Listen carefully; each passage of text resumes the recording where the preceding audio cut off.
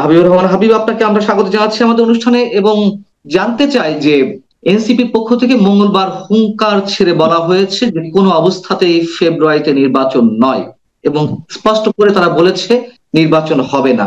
আপনারা বিষয়টিকে কিভাবে দেখছেন? আপনাকে ধন্যবাদ। আপনার আপনার অনুষ্ঠান, জনপ্রিয় অনুষ্ঠান যারা দেখছেন তাদেরকে সশ্রদ্ধ সালাম। আমিও কালকে শুনছি, আমি যখন ওই গ্লোবাল টিভিতে ছিলাম শেষের দিকে এসে আমাকে অ্যাঙ্কর বলতেছিলেন যে এই ঘটনা পাটোয়ারি একটাকে দিল, সরাসরি জি। কথা নির্বাচন হবে না। হুম। এটা কোনো রাজনৈতিক দলের কোনো নেতা বা মুখপত্র হোক, নেতা হোক, যেই হোক না কেন, এইভাবে বলাটা কোনোভাবে শোভন না। নির্বাচন হবে না একটা রাজনৈতিক দল ইচ্ছার উপরে কি নির্ভর করে? এদেশে নির্বাচন কমিশন নেই, এদেশে কি সরকার নেই? সরকারও তো এইভাবে বলে না। তো এই যে যে কথাটা বললো, এটা কেউ কি ভালোভাবে গ্রহণ করেছে? আর আমি আপনাকে বলি যে তারা এমন কোনো বড় দলও না, এমন কেউ না। তারা গণঅভ্যুত্থানের সময় তারা ছিল, আমরা তাদেরকে সমীহ করি, স্নেহ করি, তাদের অবদান সেটাকে আমরা স্বীকার করি। তার মানে কি একা তারা করেছে তা তো না, সব দলের এখানে অবদান আছে। আমাদের অবদান অনেক বেশি আগের থেকেই। আমাদের শত শত মানুষ গুম হয়েছে, খুন হয়েছে, এবং জুলাই অভ্যুত্থানে আমাদের যত লোক মারা গেছে তাদের যে দলের পক্ষে, তো সেই দলের তো একজনও মারা যায়। সাধারণ মারা যারা মানুষ গেছে তারা দাবি করতে পারে না তাদের লোক। তো এখন তারা বলছে যে নির্বাচন ততদিন পরে হবে যতদিন সমস্ত হত্যাকাণ্ডের বিচার হবে, সম্পন্ন হবে, তখন তা নাহলে শহীদদের কবর থেকে উঠে তাদের বাবা মার করে ফিরে দিতে হবে। এই শহীদদের প্রতি কি একাই তাদের দরদ, আর কারো দরদ নেই?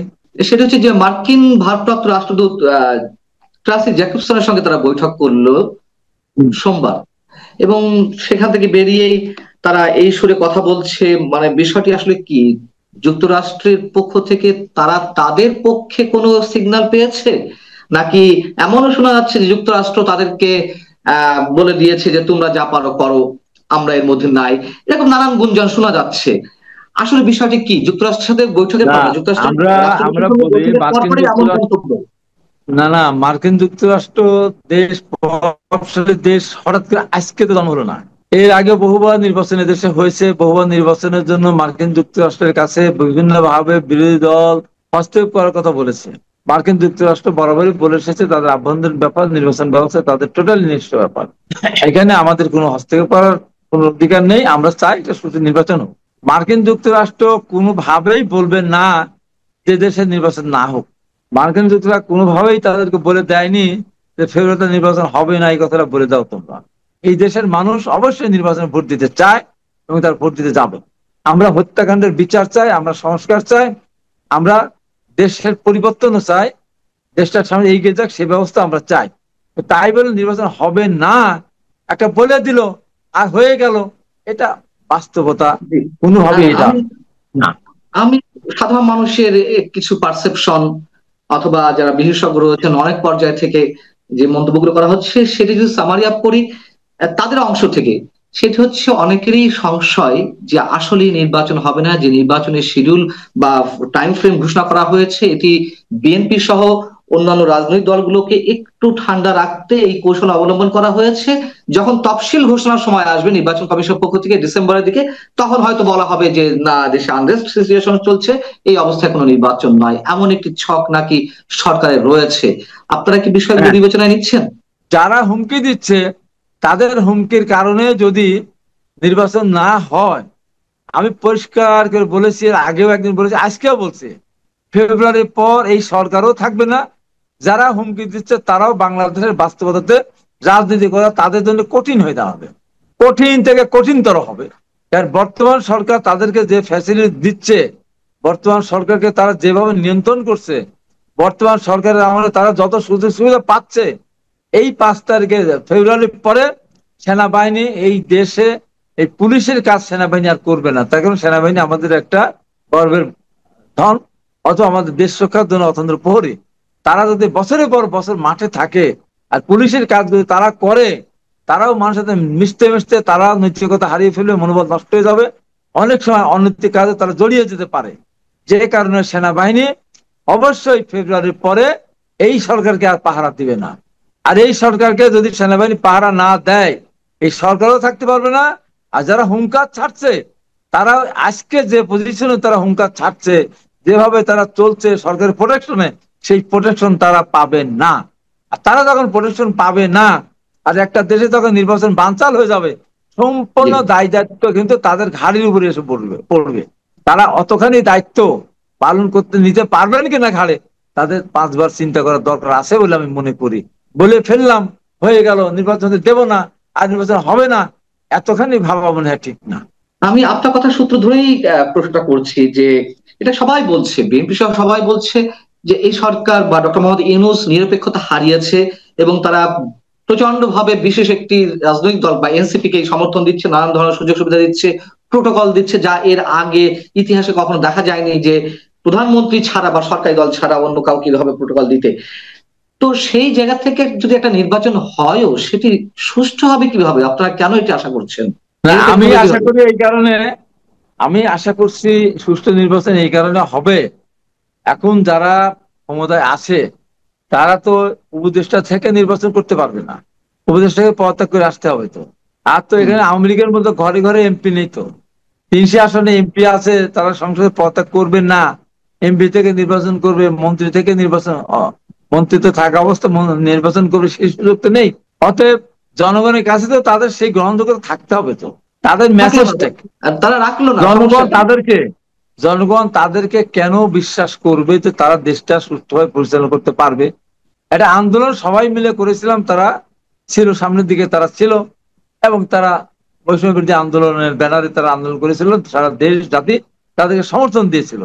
তার না, মানে ঠিক এই আছে, আমি না। বলছি এই প্রশাসন ডক্টর মোহাম্মদ ইউনূসের অধীনের এই প্রশাসন যদি ডিসফেভার করে বিএনপি প্রার্থীদেরকে অথবা অন্যান্য দলের প্রার্থীদেরকে, শুধুমাত্র এনসিপি প্রার্থীদেরকে ফেভার করে ইলেকশন ইঞ্জিনিয়ারিং এর মাধ্যমে অন্য কিছু ঘটানোর সম্ভাবনা আছে কিনা? এটা চেষ্টা করলেও সফল হবে না। অতএব প্রশাসন অবশ্যই ইতিমধ্যে, আমি আবার উচ্চারণ, ইতিমধ্যে প্রশাসনের সিনিয়র লেভেলের প্রত্যেকজন অফিসার এদের প্রতি খুবই বিরক্ত। তার এদের দিয়ে ডক্টর ইউনূস সাহেবের অনেক ভালো কাজ, বন্ধু কাজ সব মিলানোর পর সবচেয়ে খারাপ কাজ যেটা উনি করেছেন আমার দৃষ্টিতে, সেটা এই যে বাচ্চা ছেলেদেরকে দিয়ে মন্ত্রিত্বের আসনে বসিয়ে 52, 53, 55 বছরের বিশেষ ক্যাডার, যারা সারা জীবন রাজনীতি মানে পেশাদারিত্ব করে এসেছে, তাদের মাথার উপর বসিয়ে দিয়ে আলটিমেটলি তাদেরকে সারি বলতে হয়, মন্ত্রীকে তো সারি বলতে হয়, সচিব তো তাকে সারি বলবে। এই যে তাদের যে মনের কষ্ট, এবং এই সমস্ত ছেলেরা এদের সাথে সেই ব্যবহারও করে না, এবং প্রত্যেকটা অফিসে যায়। আমাদের সাথে অনেকে তো এখন যারা সরকারি কর্মচারী কর্মকর্তা, তারা আমার মিনিমাম 7, 8, 10 বছরের ছোট, তারা বলে আমার হাবিব ভাই আর পারি না, জি। কবে একটা নির্বাচন হবে, জানি এরা তো অত্যাচার তো পাচ্ছি না, এরা সম্মান দেয় না। এক জায়গায় গিয়ে বলে এই কাজটা দিতে হবে, এটা করতে হবে, অমুককে অমুক দিতে হবে, পাঠাতে হবে। এই যে মানে কথা বলে, ওই যে একটা, এদের ভিতরে কোনো ম্যানারও নেই। তো এই জন্য এই যখন একটা নির্বাচনের সুযোগ আসবে, আমি মনে করি ডক্টর ইউনূস সাহেবের পক্ষ থেকে যত নির্দেশনা দেওয়া হোক না কেন, একজন অফিসার, একজন কর্মকর্তা, একজন নির্বাচনের সাথে দায়িত্বপ্রাপ্ত কেউই তাদের পক্ষে ভোট কাটতে যাবে না। আমি যাবে আপনাকে না, এই যে একটা প্রশ্ন তাদের ব্যবহারের এই যে কারণে। একটা প্রশ্ন, তাহলে তাহলে যদি তাই মানে বিষয়টা যদি তেমনই হয়, তাহলে কেন আমরা একজন নির্দলীয় ব্যক্তি, সর্বজন গ্রহণযোগ্য ব্যক্তিকে আমরা অন্তর্বর্তী সরকার বা তত্ত্বাবধায়ক সরকার বা অস্থায়ী সরকারের প্রধান হিসেবে দেখতে চাই? নিশ্চয়ই তিনি লেভেল প্লেইং ফিল্ড তৈরি করবেন বিধায় আমরা এমন একটি লোককে চাই। তো তিনি যদি নিরপেক্ষ না হন, তাহলে তাকে আমরা বসাবো কেন? ওনার কিচ্ছু করা লাগবে না, সংসদ যখন থাকবে না, মন্ত্রী যখন থাকবে না, এমপি যখন থাকবে না, আর এখন তো ভোট কেটে দেওয়ার সে সুযোগও নাই। আম, আপনি এনসিপি নেতাদের উদ্দেশ্যে বলছিলেন বা সাবেক ছাত্র সমন্বয়ক যারা রয়েছে তাদের উদ্দেশ্যে বলছেন, যেটা ম্যানার জানে না, সিনিয়র রাজনীতিবিদদের সম্মানটুকু দিতে জানে না, এদের আচার আচরণে এক ধরনের ঔদ্ধত্য প্রকাশ পায় সবসময়। এটি আপনি যেমন অভিযোগ করলেন, এই অভিযোগ আরো অনেক নেতার, অসংখ্য মানুষের। সেই জায়গা থেকে একটা প্রশ্ন, তারা আপনার বিরুদ্ধে অভিযোগ তুলেছেন, আপনাদের আরেক সহকর্মী বিএনপি চেয়ারপারসন উপদেষ্টা অ্যাডভোকেট ফজলুর রহমান মুক্তিযোদ্ধা তার বিরুদ্ধে অভিযোগ তুলেছেন, এবং আপনাদের বিরুদ্ধে বিএনপির হাই কমান্ডের প্রতি অ্যাকশন নেওয়ার জন্য দাবি জানিয়েছে। আপনি এই জায়গাটিতে কি বলবেন? আচ্ছা, একটা খুব ভালো প্রশ্ন আমি নিজেই উঠাতাম, মানে উঠালেন।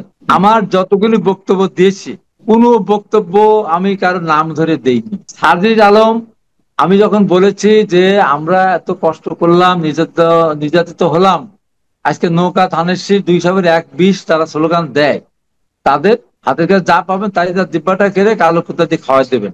আমি কি নাম বলেছি কারো? কোন দলের নাম বলেছি? কারোর নাম বলেছি? হাজিজ আলম এই যে পোস্টার দিলে তো অন্যায় করেছে আমার প্রতি। আমি তো তার নাম বলি নাই, সে তো বলতেও যাচ্ছে না, যে বলবে তার কথা আমি বলেছি। মুক্তিযুদ্ধের ইস্যুতে যখন আপনারা কথা বলছেন, আপনি কথা বলছেন, অ্যাডভোকেট ফজলুর রহমান সাহেবরা কথা বলছেন, এবং যারাই মুক্তিযুদ্ধের ইস্যুতে কথা বলছেন তারাই টার্গেটের শিকার হচ্ছেন বা আপনাদের বিরুদ্ধে বীতশ্রদ্ধ হয়ে তারা নানান ধরনের হুমকি দিচ্ছেন, এটি আসলে কেন? আমি এই প্রশ্নের উত্তরটা একটু ছোট করে চাই। আমি ছোট করে চাই, যারা নিজেরা দায়িত্ব নিয়ে বলেছেন, জামাতের আমি ডাক্তার শফিকুর রহমান পরিষ্কার করে বলেছেন আমরা মুক্তিযুদ্ধে অংশগ্রহণ করিনি, আমরা এক পাকিস্তান রাখতে চেয়েছিলাম, এটা বড় কিছু বিষয় না।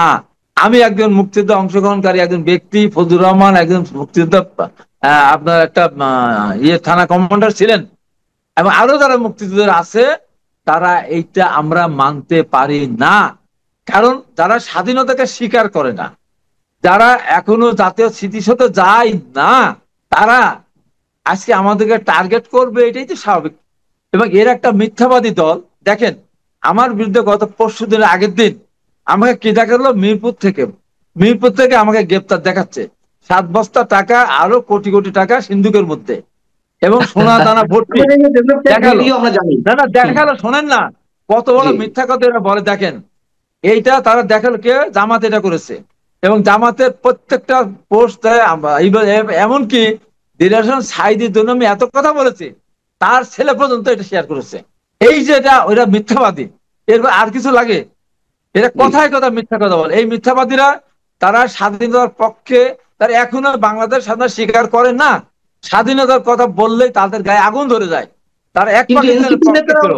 তারা নেতারাও তো আপনাদেরকে আক্রমণ করছে, এনসিপি নেতারাও আপনাদেরকে এনসিপি নেতারা আক্রমণ ওই যে করছে।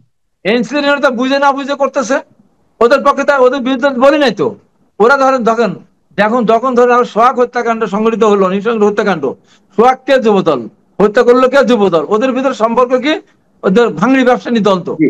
এখানে তারেক রহমান কি আসলো, বিএনপির কি আসলো বলেন তো?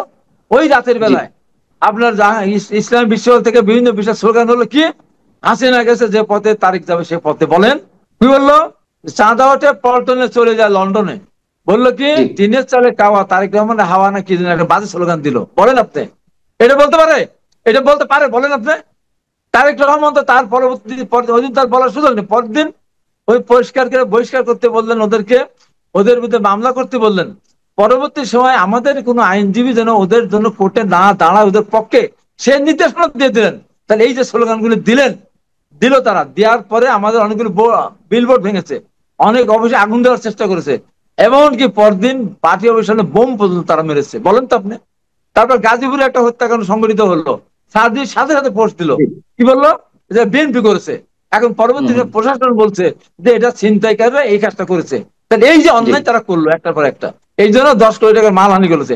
আমার এটা যদি সে প্রত্যাহার না করে, আমি তার নামে মামলা করবো। তো আমি তো তার নাম বলি নাই, আর আমি জামাতের হাত পা ভেঙে দেওয়ার কথা বলি নাই। আমি ধানের শীষের বাইরে কাউকে ভোট দিলে তাকে মারা হবে, তাও আমি বলি নাই। আমি বলি না যে দাঁড়িপাল্লার লোকে ভোট দেওয়া যাবে না, আমি বিএনপির দেশের মানুষকে বলিনি। আমি আমার কর্মীদেরকে বলেছি, কোন নেতা যদি তোমাদেরকে ধানের শীষের বাইরে নৌকা নাই দাঁড়িপাল্লা দিতে বলে, সে আসতো, বাড়িতে আসতে পারবে কিনা নেতা কর্মীদের কাছে, আমি এটা আমার কর্মীদেরকে আমি বলেছি। আমি তো সাধারণ মানুষকে বলিনি। তাহলে এখানে সার্জিদ আলম এই পোস্টটা কেন দিল? কেন দিল এই পোস্টটা? আমি বুঝতে পারছি। অনেক ধন্যবাদ। আমরা শেষ করবো। হাবিবুর রহমান হাবিব, আপনাকে অনেক অসংখ্য ধন্যবাদ আমাদের সঙ্গে যুক্ত থাকার জন্য, সময় দেওয়ার জন্য। দর্শক, আপনারাও ভালো থাকবেন। আল্লাহ হাফেজ।